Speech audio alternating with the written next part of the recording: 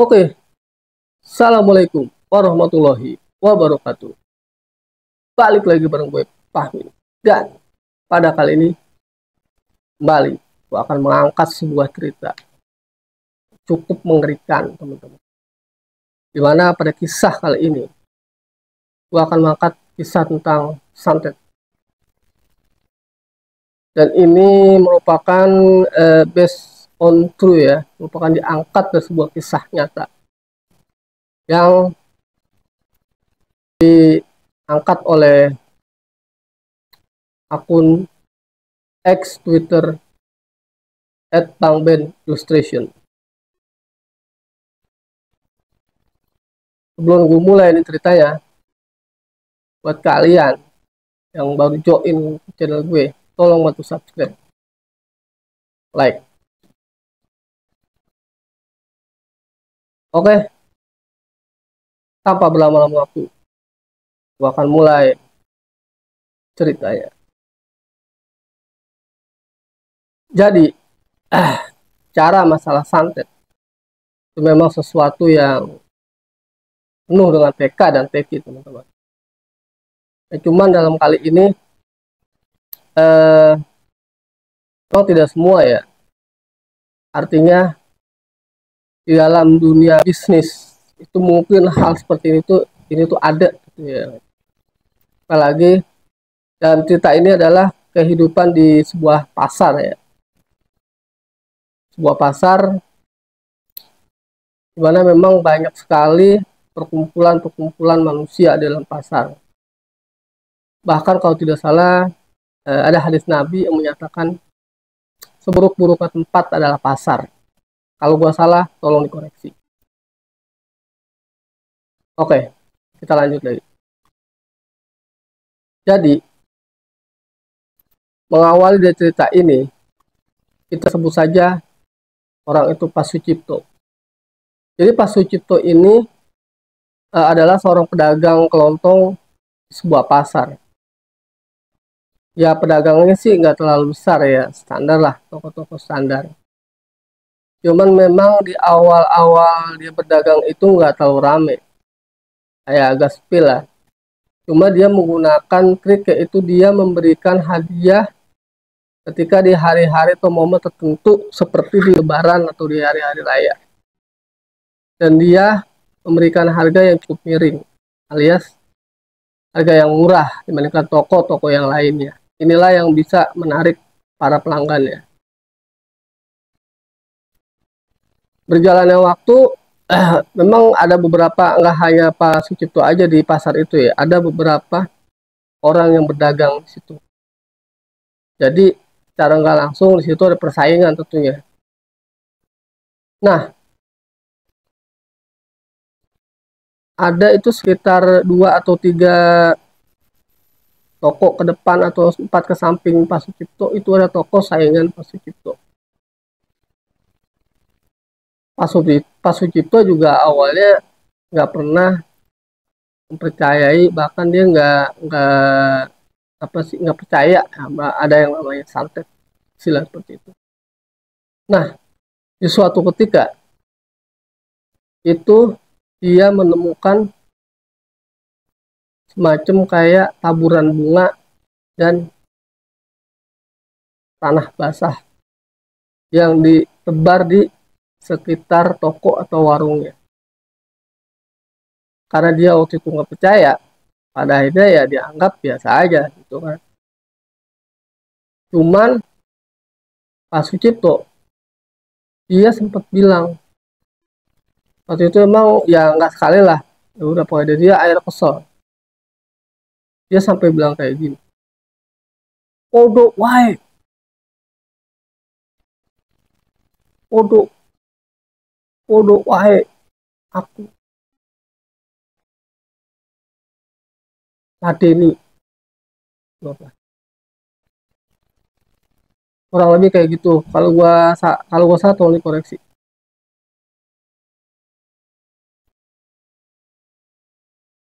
Oke, kita lanjut lagi.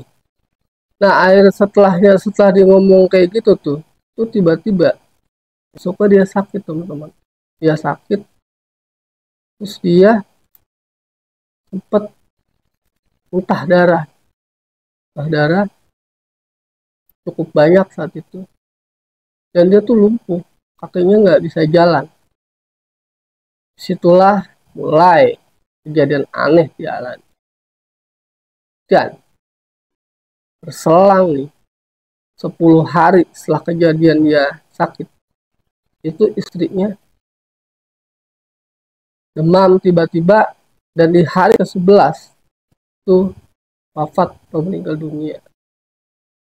Kejadiannya cukup beruntun teman-teman pada saat itu. Nah, Pak Sucipto ini punya anak nih, namanya Ardi. Ardi punya 2 orang adik, yaitu yang perempuan namanya Siva dan yang laki-laki namanya Arif. Jadi mereka tinggal saat ini berempat. Pak Sucipto, Ardi, Arif, dan Siva adiknya. Ini perempuan ya. Nah, si Ardi ini merupakan seorang anak yang bisa katakan punya kelebihan, teman-teman. Alias bisa dibilang dia kayak indigo gitu, bisa melihat makhluk astral. Di suatu ketika dia lihat tuh di pasar. Ketika di pasar dia bilang tuh, jadi kayak orang apa sih? Kayak orang pas mimpi itu kan, dia sampai nunjuk tuh di pasar, ada ini, ada makhluk ini, makhluk itu. Wah, pokoknya serem lah dia tuh cerita. Bahkan bagi sebagian orang saat itu ya dianggap cerita, ya memang orang-orang tahu lah kalau di pasar tuh pasti hal itu ada gitu. Masih Ardi sempat tuh dia bisa ngeliat kayak gitu. Nah terus ketika itu bapaknya udah sakit nih, sakit parah. Nah si Ardi lah yang menggantikan bapaknya untuk berjualan di tokonya atau di pasar. Biasa nih dijualan. Dan ternyata bapaknya ada pesan sama dia. Dia bilang, tolong kamu buang bungkusan yang ada deket beras di dalam toko itu. Cuma nggak tahu posisi sebelah. Jadi saat itu ya dicari tuh. Ya benar dia ketemu tuh bungkusannya. Tapi dia belum buang. Pas dia mau buang, itu dia macam ada kayak berbisik gitu. Jangan kau buang bungkusan itu. Taruh saja di situ. Ada dia bingung tuh kan. Ada dia nggak jadi buang tuh. Terus akhirnya, nah ternyata memang Pak Sucipto ini, bapaknya si Ardi ini, punya pesaing bisnis atau pedagang lain yang ada di dekat tokonya. Namanya Pak Ucak, tersebut saja. Nah, suatu ketika nih, si Ardi itu dia ketika dia mau tutup toko, itu dia ngeliat tuh ada perempuan berdiri di depan tokonya berwajah pucat, serem lah pokoknya keluar itu. Dan perempuan itu bilang ke si Ardi, mana bapakmu? Mana bapakmu? Nah, keesokan harinya, masih siang hari, si Ardi ya sengaja dia berkunjung ke tokonya Pak Icak, ya kan? Dan alangkah terkejutnya dia di saat itu dia ngelihat foto figura yang ada di warung atau tokonya Pak Icak itu persis seperti apa yang dilihat lagi malam. Gitu. Nah akhirnya Pak Icak pun kesel. Icak bilang, ini semua ulah bapak. Ini semua ulah bapakmu.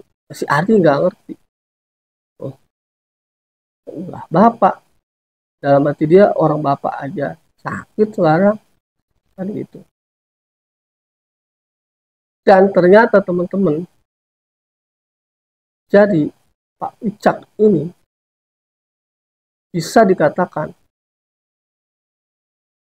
dialah orang yang mengirim santet ke bapaknya si Ardi, Bapak Sucipto.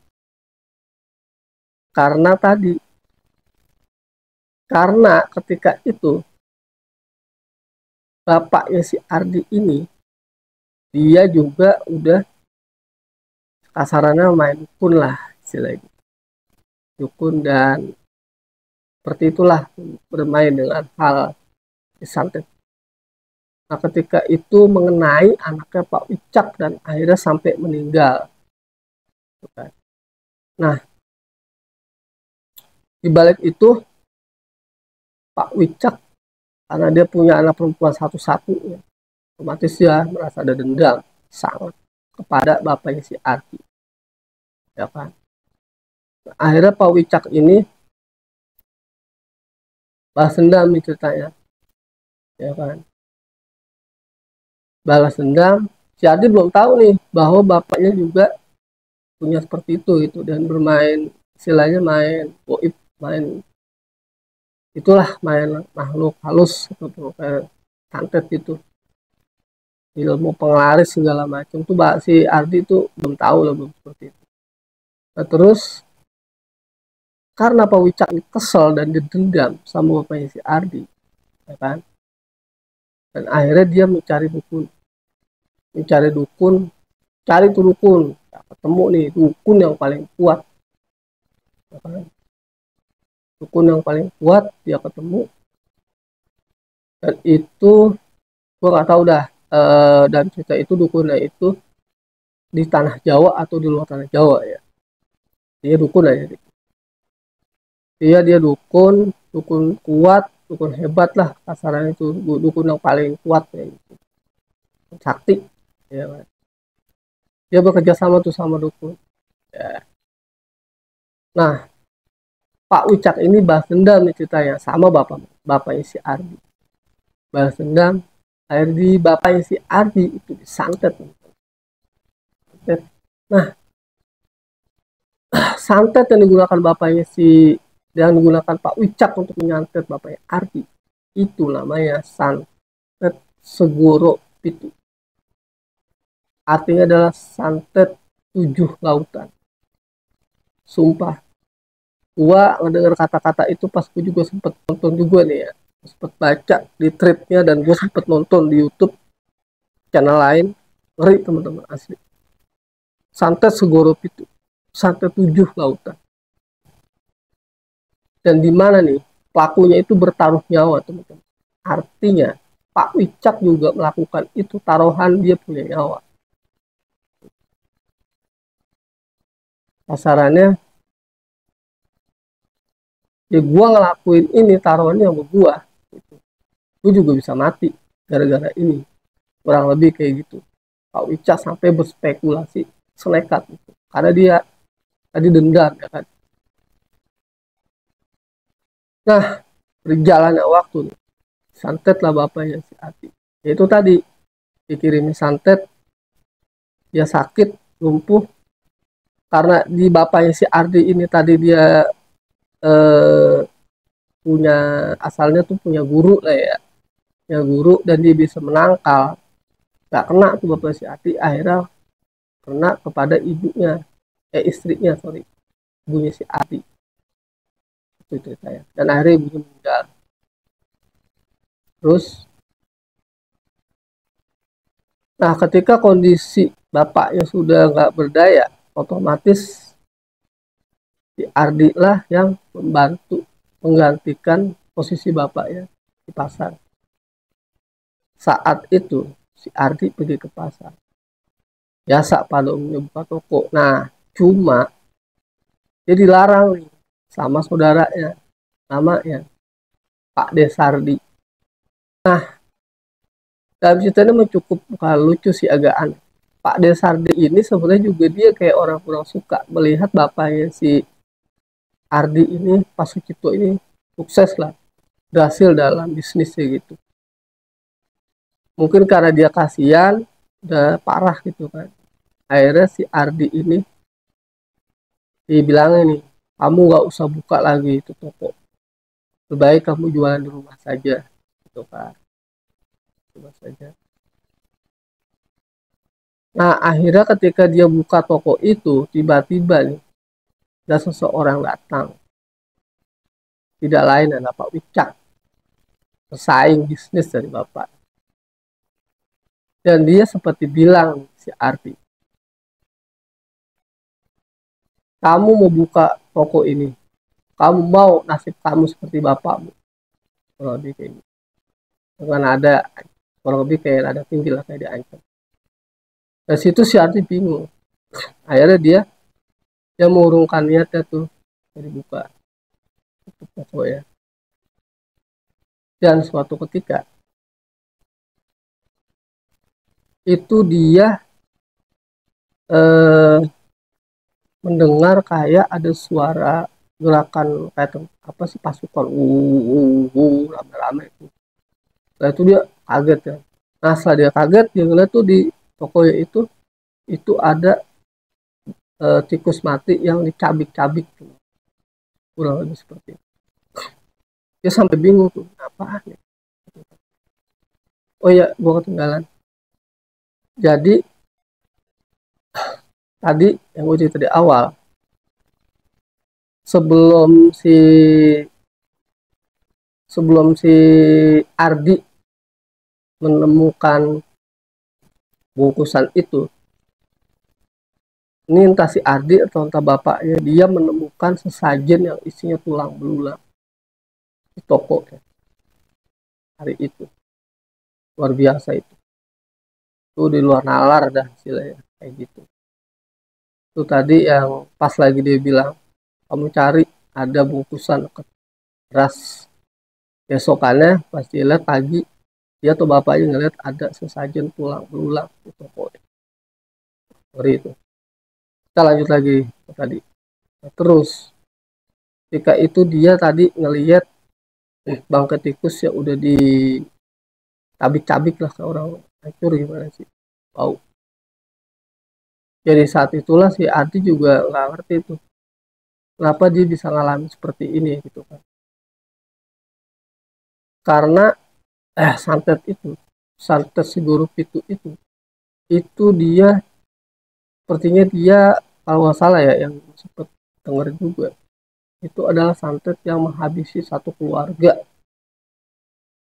Jadi satu persatu keluarganya harus mati, harus meninggal. Santet segoro itu.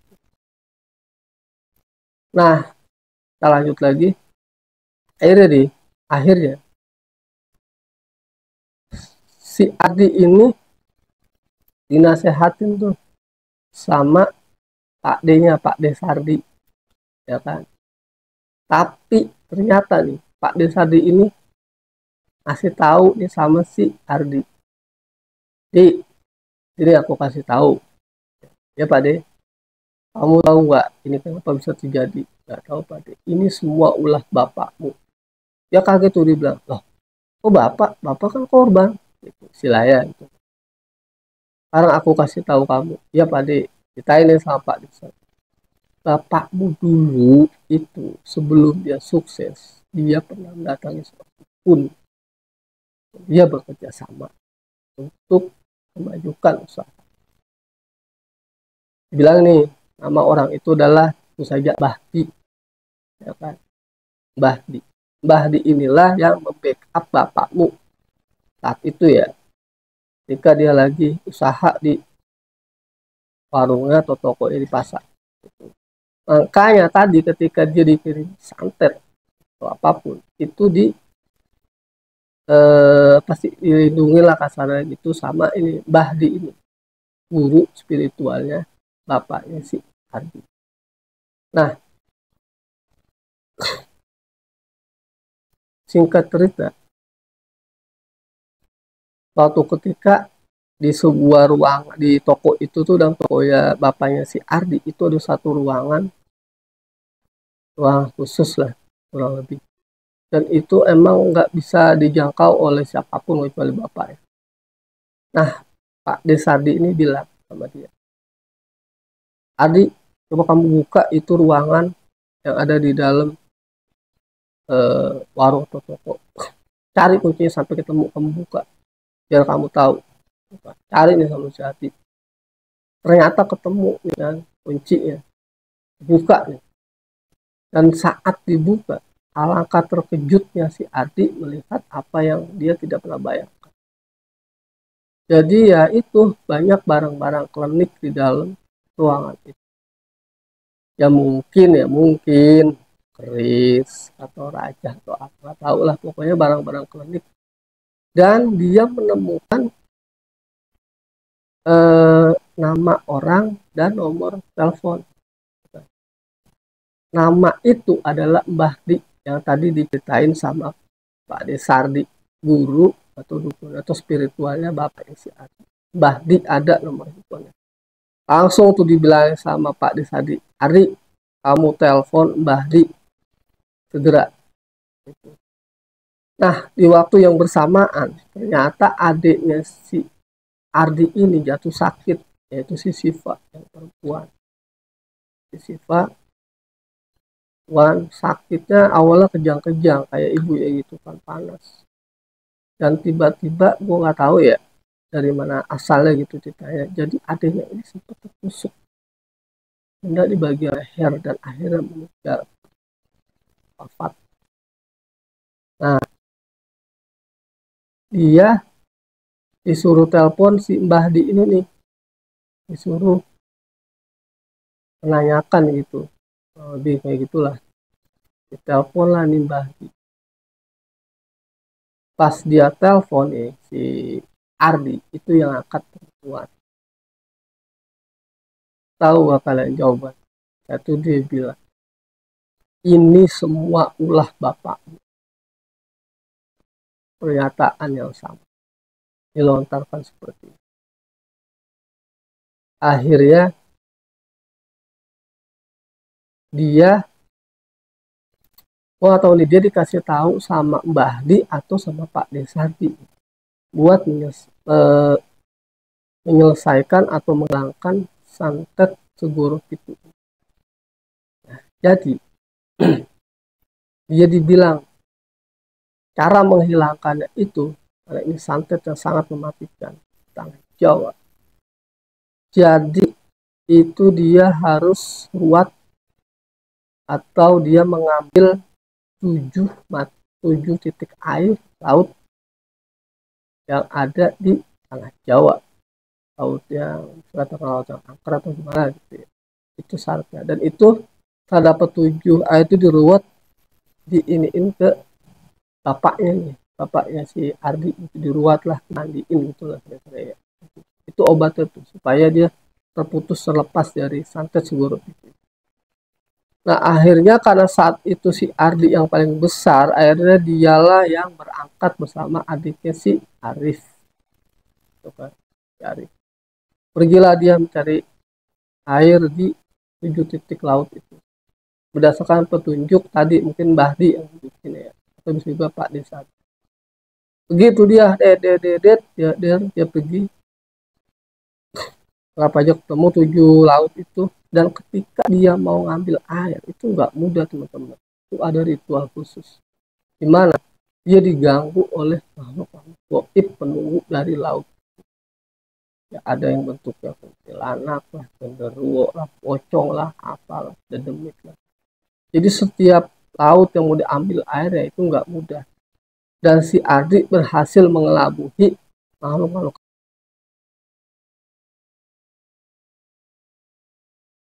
itu dan dia akhirnya bisa ambil air itu.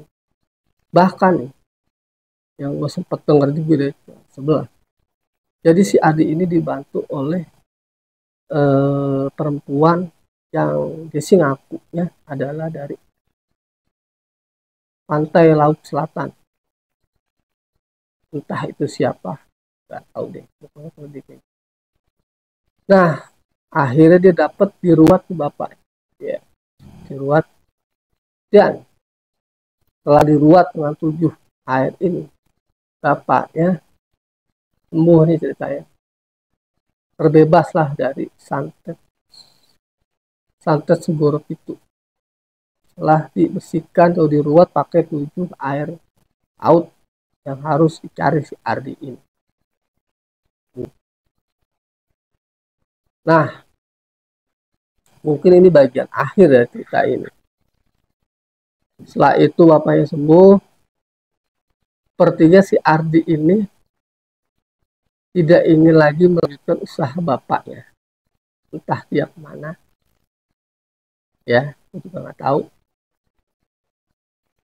Dan ternyata orang yang ngirim tadi santet ke bapaknya si Ardi itu mati atau meninggal secara mengenaskan setelah bapaknya berhasil diruat dengan 7 titik sumber air laut yang diambil tuh diruat ke bapaknya. Itu pelaku yang mengirimi santet kepada bapak Ardi itu meninggal tewas. Gua rasa itu aja ceritanya. Dan kalau nggak salah santet Segoro Kidul ini akan tayang di bioskop bulan November. Kalau nggak salah di awal-awal bulan besok. Ya.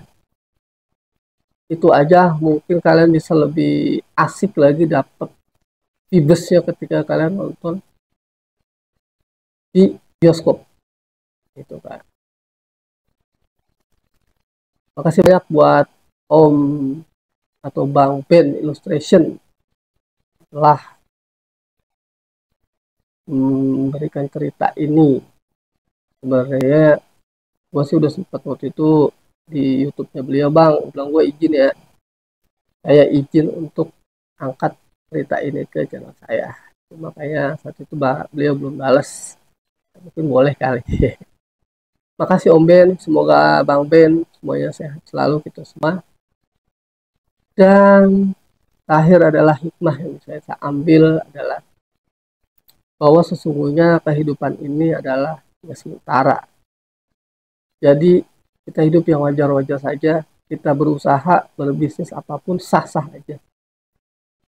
Tapi tidak harus menjadikan kita untuk menghalalkan segala cara untuk mencapai tujuan. Berikutnya adalah kita mungkin harus lebih mendekatkan diri kepada Maha Kuasa agar kita dilindungi dari segala mara bahaya. Oke, makasih banyak yang menonton dari awal ke akhir. Buat kalian yang baru berkunjung di Baper TV, mohon bantu subscribe, like, dan share sebagai bentuk dukungan supaya channel ini lebih berkembang. Bila ada kesalahan dalam penyampaian dan cerita ini, gue mohon maaf. Dan mungkin nih, sebelum gue tutup, kalau kalian punya cerita yang sejenis ini atau kalian pernah punya pengalaman tentang punya persantetan, bisa tuh diisi di kolom komentar ya, supaya ada diskusi. Oke, itu aja. Makasih banyak. Gue pahmi. Salam reading, salam kos ini. Assalamualaikum warahmatullahi wabarakatuh.